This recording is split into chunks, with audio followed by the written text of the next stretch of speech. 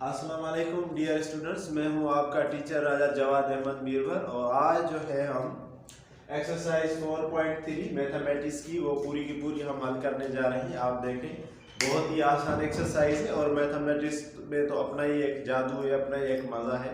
तो इंशाल्लाह आप इसको बहुत ही आसानी से आज जो है वो सीख लेंगे। तो आइए सबसे पहले हम सवाल पढ़ लेते हैं। वो क्या है? Find the values of following algebraic expressions. हमें पहले सवाल के अंदर हमारे पास 6 हिस्से हैं। तो पहला हमने ऐसा यहाँ लिख दिया है कि 2x² - 3y z है। व्हेन जब हमें x की वैल्यू गिवन है वो है 2, y की वैल्यू गिवन है वो है -1 और z की वैल्यू है 3। तो हम क्या करेंगे, हम इसको हल करेंगे। सॉल्यूशन में क्या भाई, 2x² - 3yz, ठीक हो गया। अब जहां जहां पर x है वहां पर हम क्या लिखेंगे, 2, ठीक है। तो आइए लिख लेते हैं, 2x की जगह पर हम लिखेंगे 2 और उसका स्क्वायर, यानी 2 का स्क्वायर हमने कर लिया। फिर -3, ठीक है जी। y की जगह पर हमारे पास वैल्यू क्या है, -1 और फिर क्या है z की जगह पर हमारे पास वैल्यू क्या है, 3, ठीक है। हमने और कुछ नहीं किया, जहां जहां x है वहां x की वैल्यू पुट की, जहां y है वहां y की वैल्यू पुट की, जहां z है वहां z की वैल्यू पुट की। अब आपको पता है कि अगर 2 का हम स्क्वायर करेंगे तो 2 का स्क्वायर होगा 4, ठीक है जी। और 3 और -1 तो होगा 3, लेकिन माइनस इंटू माइनस क्या, प्लस, और 3 ज़रब 3 हमारे पास क्या आएंगे, 9, ठीक है। तो इसी तरह 2 ज़रब 4 कितने हुए, 8, 8 और 9 अगर हम ज़रब यानी जमा कर दें तो 8 और 9 अगर हम कर दें तो हमारे पास आएगा आंसर कितना, 17। तो इसी तरह हमने और कुछ नहीं किया, जहां x थी वहां 2 रख दिया, जहां y थी वो हमने -1 रख दी, जहां z था वहां हमने 3 रख दिया। फिर x का स्क्वायर किया तो 4 आया, तो 4 को अगर 2 से ज़रब दिया तो 8 आ गया।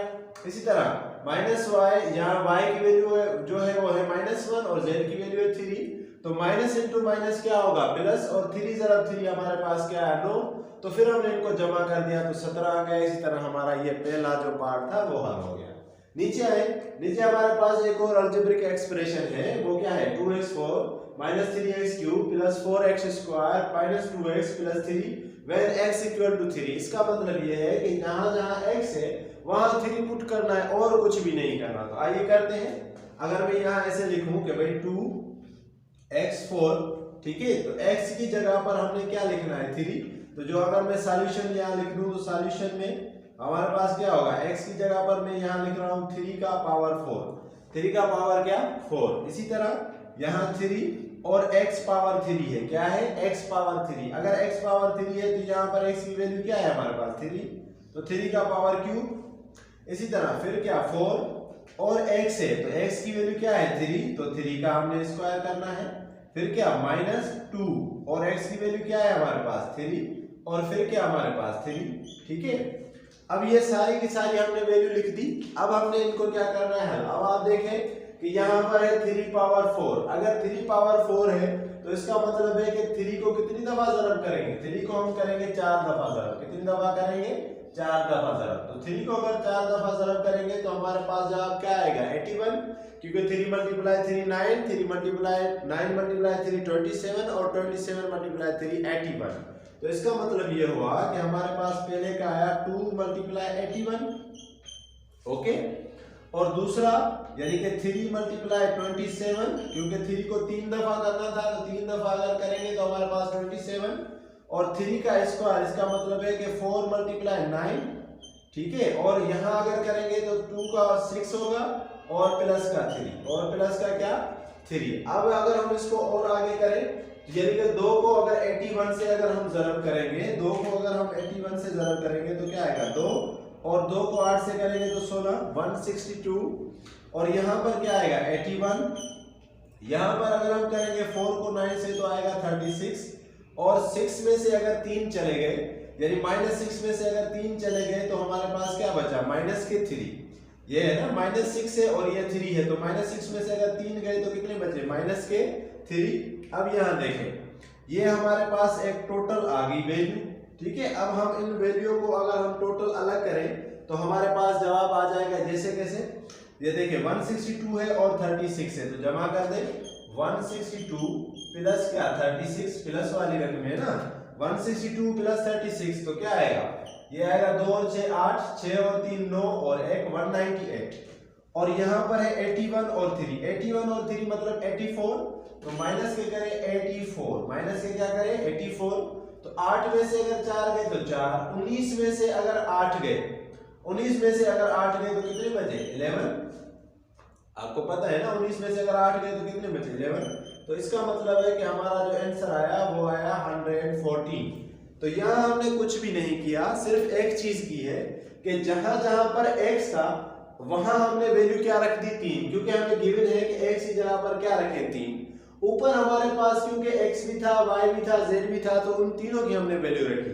यहाँ हमारे पास जो एक ही वेरिएबल है वो है x, और x की वैल्यू भी इन्होंने दी हुई है वो है 3, तो जहां जहां x था वहां हमने 3 रखा, फिर हमने उसका फोर्थ पावर निकाला, फिर हमने उसका क्यूब निकाला और स्क्वायर निकाला, फिर उनको जमा और तकसीम किया तो हमारा जवाब आ गया। इसी तरह हमारा दूसरा पार्ट भी हो गया। अब हम तीसरे पार्ट में चलते हैं। यहाँ पे आप मिटा देता हूं ये सारे के सारे, ठीक है जी। पूरा का पूरा बोर्ड हम क्लीन कर देते हैं ताकि आप आसानी से इस चीज को समझ लें, ठीक है। पहला सवाल भी हो गया, दूसरा भी हो गया, अब हम तीसरा करने जा रहे हैं।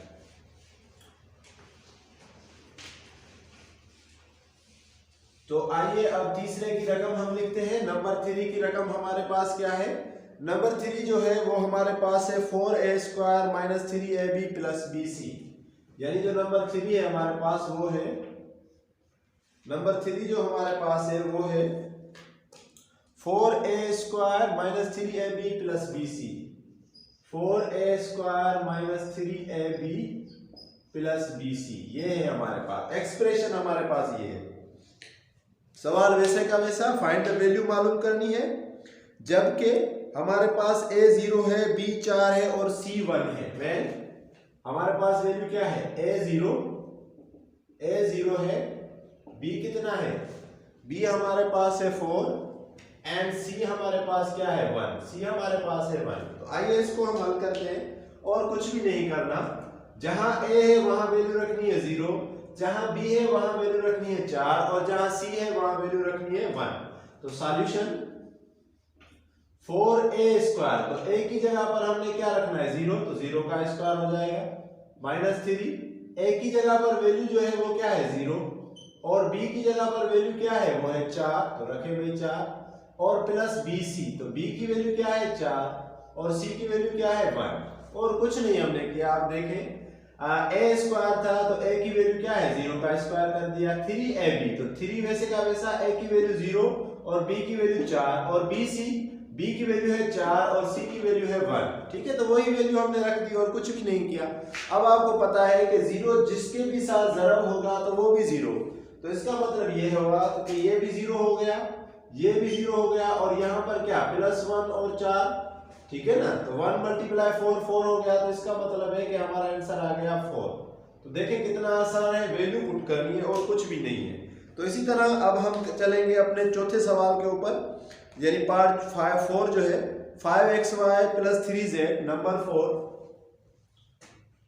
5xy + 3z divided by 5xy + 3z divided by 2a³ - c², क्या है जी 2a³ - c², 2a³ - c²। अब यहां पर x की वैल्यू है 2, y की वैल्यू है -1, यहां पर क्या है x की वैल्यू है 2, y की वैल्यू है -1, ठीक है। x की वैल्यू 2, y की वैल्यू -1, z की वैल्यू है 3 और a की वैल्यू है 4, z की वैल्यू है 3 और a की वैल्यू है 4, और जो c की वैल्यू है वो है हमारे पास कितनी, वो है जी हमारे पास 1/3। तो इसी तरह हमें ये वैल्यू दी गई है कि x की वैल्यू 2, y की वैल्यू 1, z की वैल्यू 3 और a की वैल्यू 4 और c की वैल्यू 1/3। तो आइए इसको हल करते हैं, बहुत ही आसान है। x की वैल्यू 2 है तो सॉल्यूशन किस तरह से, 5xy + 3z, ठीक है जी, 2a³ माइनस का c², तो 5 वैसे का वैसा, x की वैल्यू कितनी है 2, ठीक है, और y की वैल्यू कितनी है 1, ठीक है, +3, z की वैल्यू कितनी है 3, ठीक है जी। नीचे आ जाए 2, ए की वैल्यू कितनी है 4, तो 4 का क्या क्यूब माइनस सी स्क्वायर, सी स्क्वायर का मतलब क्या 1/3 स्क्वायर। इसी तरह हमने वैल्यू पुट की, कुछ भी नहीं किया। x की जगह पर 2, y की जगह पर 1, z की जगह पर 3, a की जगह पर 4 और c की जगह पर 1 3। ओके, अब जरब करें, 5 को 2 से करेंगे तो आ जाएगा 10, ठीक है, और 3 को 3 से करेंगे तो आ जाएगा 9। ठीक हो गया। इस तरह 2 तो वैसे का वैसा। अब 4 का अगर हम क्यूब निकालें, यहां पे अगर निकालूं तो 4 का क्यूब मतलब 4 ज़रब 4 और 4 तो आएगा 64। कितना आएगा 64। 4 ज़रब 4 16, 16 ज़रब 4 64। तो इसका मतलब हो गया कि 2 ज़रब 64 और माइनस क्या 1/9, यही आ गया ना। अब इसको मैं और अगर करूं तो ये क्या होगा 10 और 9 कितने हो गए 19। ठीक हो गया। और 2 को अगर 64 से आप करें तो आपको पता है कि 60 और 60 120, तो 128 माइनस 1/9 क्या आया 128 माइनस 1/9। अब यहां से हम एलसीएम निकालेंगे, यहां से हम क्या निकालेंगे एलसीएम। तो एलसीएम कितनी होगी 9, तो 9 को हम क्या करेंगे यहां पर अगर मैं इसको नीचे लिखूं तो क्या होगा एलसीएम हमारे पास आ गई 9।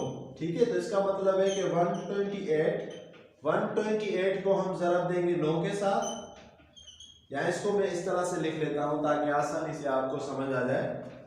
ठीक है, इसको बल्कि ऊपर हम लिख लेते हैं, ऊपर वाला सवाल तो बहुत ही आसान था, तो यहां से मैं इसको मिटाकर ऊपर इसको लिख लेता हूं। ठीक है, आप देखें अगर मैं इसको ऊपर लिखूं इसी सवाल के जवाब को तो क्या होगा, यानी 19 वैसा का वैसा, 19 वैसे का वैसा, और यहां से हमने एलसीएम निकाली वो कितनी आई 9, और यहां पर क्या 128 मल्टीप्लाई 9 और माइनस 1, क्योंकि एक का पारा 9 पर कितनी दफा 9 दफा, तो 9 को हम जरब करेंगे 128 के साथ, और 9 का पारा 9 पर एक दफा, तो 1 को 1 से करेंगे तो 1 आएगा, और तो 128 को अब 9 से जरब दें। ठीक है जी, तो कितना होगा 8 को 9 से करेंगे तो 72, तो 7 गए ऊपर, 2 को 9 से करेंगे तो 18, 18 और 7 कितने भाई 25, 2 गए ऊपर, 1 को 9 से करेंगे तो 1 9, तो इस तरह हमारे पास जो जवाब आया वो क्या आया 1152। ठीक है, 72 फिर 7 के ऊपर, 2 को 9 से करेंगे तो आएंगे 18, 18 प्लस 7 तो 25, 5 नीचे, और जो है वो हमारे पास 2 गए ऊपर, 1 ना और 2 हमने 11 कर दिए, तो इसका मतलब ये हमारे पास ये आया 19। ठीक है, और यहाँ अगर मैं इसको इस तरह से लिखूं तो हमारे पास क्या आया 1152 minus 1 divided by 9, 1152 minus 1 divided by 9। ठीक है, अब अगर मैं इसको और अच्छे से लिखूं तो वो क्या होगा कि भाई यहाँ पर 19 वैसे का वैसा, 1152 में से अगर 1 चला गया तो कितने बचे 1151 डिवाइडेड बाय 9, 1151 डिवाइडेड बाय 9। अब देखिए इसमें ऊपर पड़ा नहीं लग रहा, एक ना, तो अगर हम इसको डिवाइड करें तो ये इस तरह से होगा कि 1 ना, तो यहाँ पर हमारे पास कितने बचे 2, तो 25 में ऊपर कितनी दफा लगेगा कि 2 का पड़ा 18 दफा, 2 का पड़ा कितनी दफा 18 दफा, तो बाकी कितने बचे 7, तो 71 पर तो नहीं लग रहा। इसका मतलब है कि हम क्या करेंगे कि डिवीजन को हम चेंज करेंगे मल्टीप्लिकेशन में। जब डिवीजन को हम मल्टीप्लिकेशन में चेंज करते हैं तो नीचे वाली रकम ऊपर चली जाएगी और ऊपर वाली रकम नीचे, तो इसी तरह 19 को अगर हम 9 से जरब देंगे तो हमें पता है कि वो आएगा कितना 171, कितने आएंगे 171। तो हमारे पास जो आंसर आया वो क्या है 171 यानी अगर हमने इस पूरी रकम का अगर हमने जवाब देख लिया तो वो आया 171 और क्या 171 और 1151, तो ये जो सवाल था इसमें हमने और कुछ नहीं किया, सिर्फ हमने वैल्यू पुट की है ए की, बी की, सी की और ए और सी की और एक्स वाई जेड की, ए और सी की और एक्स वाई जेड की। इसी तरह अब हम अगला सवाल करेंगे जो इससे आगे ही है कि अगला सवाल जो है इसका यानी कि होगा चौथा पार्ट। तो ये देख ले हमने यहाँ पर और कुछ नहीं किया, जो हमारे पास x की वैल्यू थी 2 वो हमने पुट की है, फिर जो हमारे पास y की वैल्यू थी फिर हमने वो पुट की है, फिर जो हमारे पास z की वैल्यू थी फिर हमने वो पुट की है, और इसी तरह हमने जो है इसका जो है वो जवाब जो है वो ले लिया है। जो जवाब जो है वो हमने ले लिया है। तो बहुत ही आसान सा एक यानी कि सादा सा एक फार्मूला था जो हमने जो है वो अभी के अभी हमने कर दिया है। तो बहुत ही आसान था, हमने अगर इसकी वैल्यू देखें तो हमने उसको बहुत ही आसान से तरीके से कर लिया है। यहाँ पर हमसे एक और मिस्टेक हो गई है, वो ये है कि यहाँ पर जो y है वो है -1, y की वैल्यू क्या है -1 है, y की वैल्यू क्या है जी -1 हमें दी गई है, x2 है और y की वैल्यू जो है वो है -1, z की वैल्यू थी a4। अगर y की वैल्यू -1 है तो इसका मतलब है कि यहाँ पर -3 आ जाएगा, तो इसका मतलब है यहाँ पर क्या आएगा माइनस, यहाँ पर क्या आ जाएगा माइनस। तो 10 में से अगर 9 गए तो यहाँ पर क्या आएगा 9, ठीक है। तो इसी तरह यहाँ पर भी 9 और यहाँ पर भी 9, ठीक है। तो यहाँ पर भी क्या 9, ठीक है। तो ऊपर भी हमारे पास यहाँ पर क्या आएगा 9। तो 9 को अगर 9 से ज़रब करेंगे तो हमारे पास क्या आएगा 81, हमारे पास क्या आएगा 81, ठीक है। यानी ये अगर हम इसका जवाब निकालें तो हमारे पास हमने थोड़ी सी यहाँ पर है -1, यहाँ पर -1 है, y की वैल्यू यहाँ पर -1 है, 3 वैसे का वैसा। तो ये हो गए -10, माइनस से 10 में गए तो -9, ठीक है जी। तो यहाँ पर भी -9, -9 और -81। तो यहाँ हमसे थोड़ी सी एक मिस्टेक हो गई थी, वो क्या कि हमारे पास बुक के अंदर y की वैल्यू थी -1, y की वैल्यू क्या थी -1, और हमने गलती से उसको हमने लिख दिया था +1।